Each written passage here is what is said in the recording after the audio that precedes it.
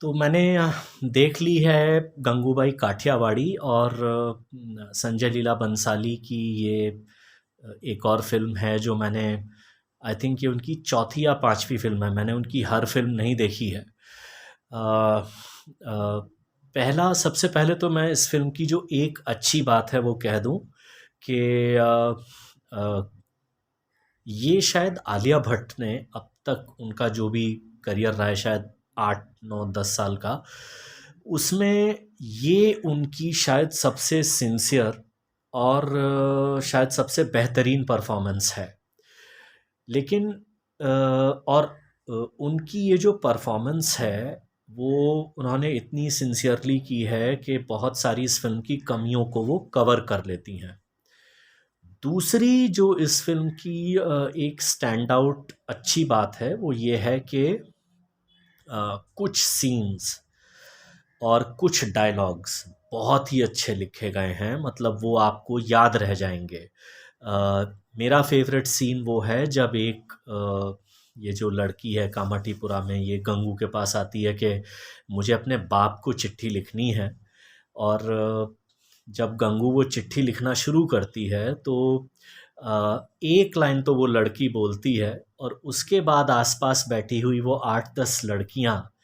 एक एक करके, वो जैसे वो गेम होता है ना, आप एक लाइन लिख देते हो फिर किसी दूसरे को देते हो वो दूसरी लाइन लिखता है,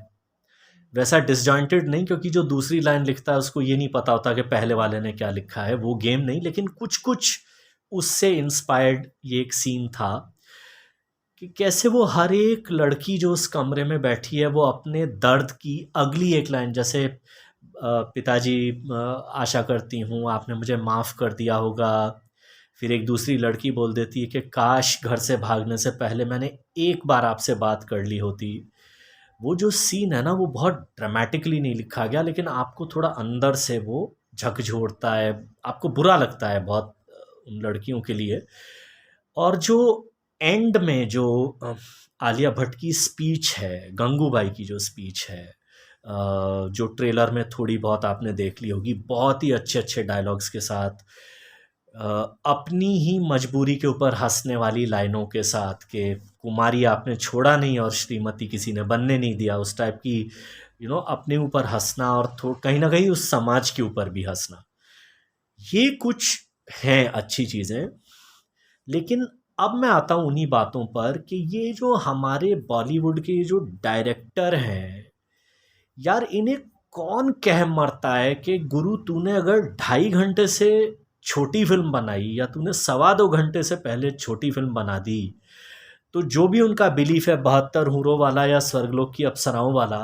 भैया तुझे स्वर्गलोक में वो सीट नहीं मिलेगी। ये इनको कौन कह मरता है? ये जो फिल्म है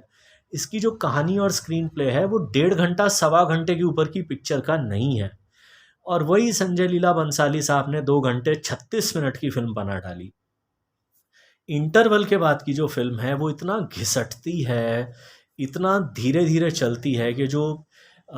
इस फ़िल्म का जो पहला 30 40 मिनट का जो एक जो ओपनिंग है, जहाँ गंगू आ रही है और एक लड़की को अपनी कहानी सुना रही है या जो भी, जो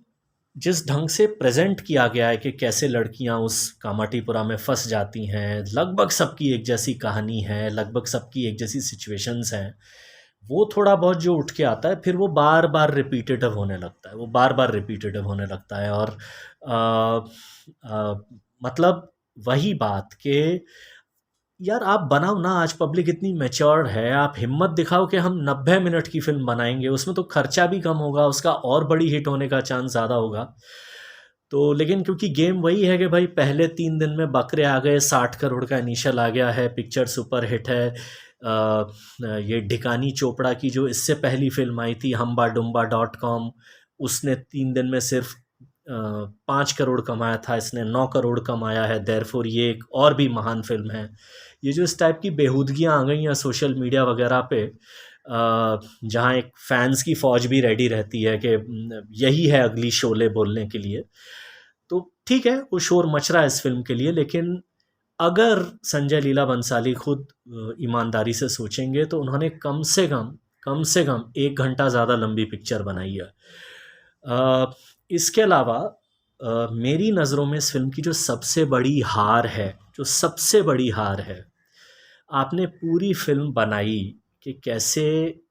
इन मजबूर लड़कियों को इस अंधेरे नरक में धकेला जाता है, कैसे कोई भी औरत जहाँ ऐसे-ऐसे भयानक जानवर आ सकते हैं और हर बार कोई रहीम लाला नहीं होगा आपको बचाने के लिए,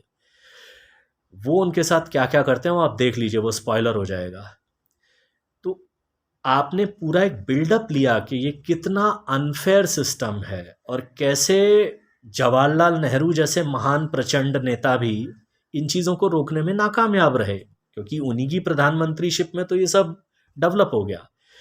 अब ये सब चीज़ें दिखाने के बाद आपने आखिरी 10 मिनट की स्पीच बना डाली कि, या आखिरी 20 मिनट में आपने ये बिल्डअप कर दिया कि हम प्रोस्टिट्यूशन को लीगलाइज कर दें।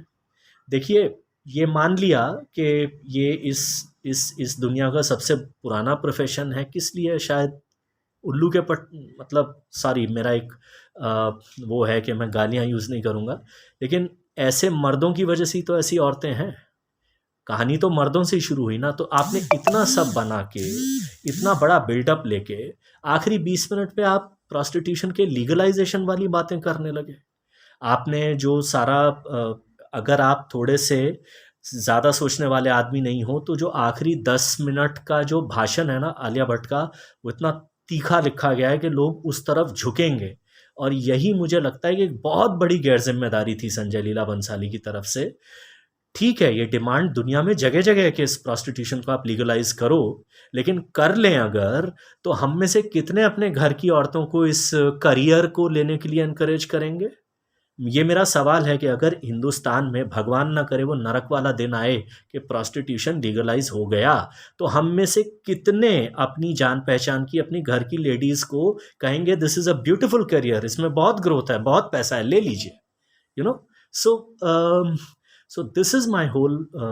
my biggest disappointment, grudge and anger against Gangubai Kathiawadi, कि इतनी आपने एक बड़ा आप लोकमान्य तिलक की तरह मशाल लेके चले गए, क्योंकि गंगूबाई काठियावाड़ी इज रिस्पेक्टेबल उस समाज में, उस डार्कनेस में, उन फंसी हुई मजबूर औरतों के लिए उन्होंने जो किया,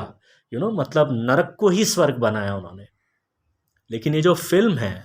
एक तो इसका स्क्रीन प्ले, तो जितना इतना हा हा हू हू हो रहा है ना दोस्तों, जब आप देखने जाओगे हो सकता है आप थिएटर में सो भी थोड़ी देर के लिए। दूसरा इसकी ये डिफीट, क्योंकि ऐसी फिल्मों को इंटेलेक्चुअल मूवीज़ बना के भी प्रेजेंट किया जाता है, लेकिन सोचिए कि कितनी घटिया बात को बड़े प्यार से एक ज़बरदस्त लिफाफे में हमारे पास सरकाया गया है। तो ये एक चीज़ मुझे बहुत ही बकवास लगी। और ये तख्तियाँ लेके खड़ी हो जाने वाली हीरोइनें बात बात पे ये सब नहीं सोचती हैं क्या स्क्रीन प्ले पढ़ते वक्त, क्योंकि हैं कुछ तख्तियाँ पकड़ने वाली हीरोइनें जो इसमें कव्वालियाँ गाती हुई पाई गई हैं इस फिल्म में। तो ठीक है, मतलब अब आप देखिए इस फिल्म को। मुझे लगता है कि अगर ये 90 मिनट के आसपास की फिल्म होती तो ज़्यादा अच्छी बन जाती। तो कुल मिलाकर एक अच्छी परफॉर्मेंस और कुछ अच्छे सीन इस फिल्म की बोरियत से आपको नहीं बचा सकते। इंटरवल के बाद बहुत बोरिंग पकाऊ फिल्म है, और ख़ास तौर से अगर आप मेरे ढंग से सोचेंगे